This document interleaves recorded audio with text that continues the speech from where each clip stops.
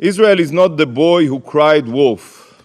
We have been screaming from the rooftops for years, trying to wake up the international community, but to no avail. If only this council would have internalized my words, it would not have needed the bone-rattling explosions of last night's attack to wake it up. Why have you not used all possible means to condemn Iran and demand compliance? Why have you instead rolled out the red carpet for these genocidal jihadists? Why do you treat them as if they are interested in de-escalation when you know that the opposite is true? Colleagues, Iran's strategy has been crystal clear: arm, fund, and train terror proxies across the globe to carry out Iran's murderous scheme of domination. But today, the mask of Iranian deniability has been removed. No more hiding and no more bluffing. No more shirking of responsibility. Iran has attacked Israel from its own sovereign territory, publicly and proudly. The mask is off.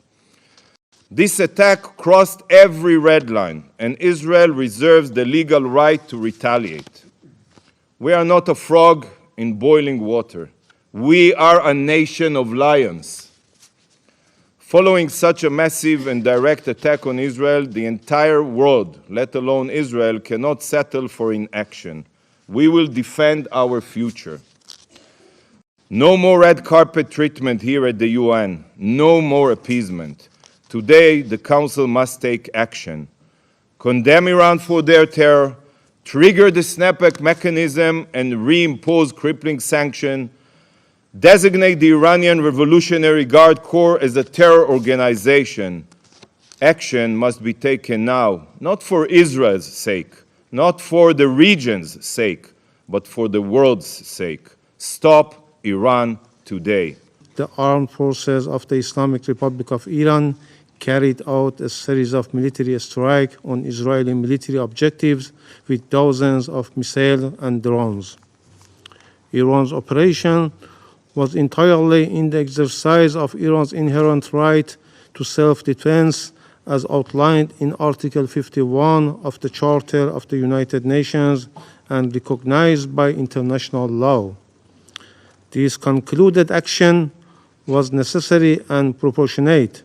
It was precise and only targeted military objectives and carried out carefully to minimize the potential for escalation and prevent civilian harm.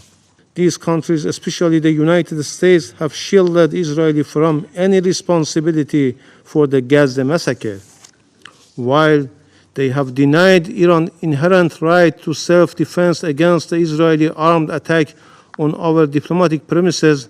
At the same time, they shamefully justified the Israeli massacre and genocide against the defenseless Palestinian people under the pretext of self-defense.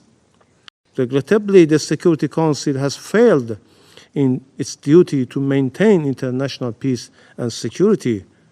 Russia proposed a press statement to denounce this atrocious act, which was backed by China, Algeria, and many members, but was blocked by the US, UK, and France. Faced with such circumstances, the Islamic Republic of Iran had no choice but to exercise its inherent right to self-defense under international law. The Israeli Prime Minister's policy seeks to expand and escalate the conflict in the region to stay in power. Iran is never seeking to contribute to the spillover of the conflict in the region, nor does it to escalate or spread the tension to the entire region. Iran has no intention of engaging in conflict with the US in the region. We demonstrated our commitment to peace by exercising our restraint about involving the US Army in intercepting Iranian drones and missiles bound for military targets in the occupied Palestinian territories. This underscores our dedication to de-escalating tension and avoiding the expansion of conflict. However, if the US initiate military operation against Iran, its citizen or its security and interest, Iran will use its inherent right to respond proportionately. I thank you.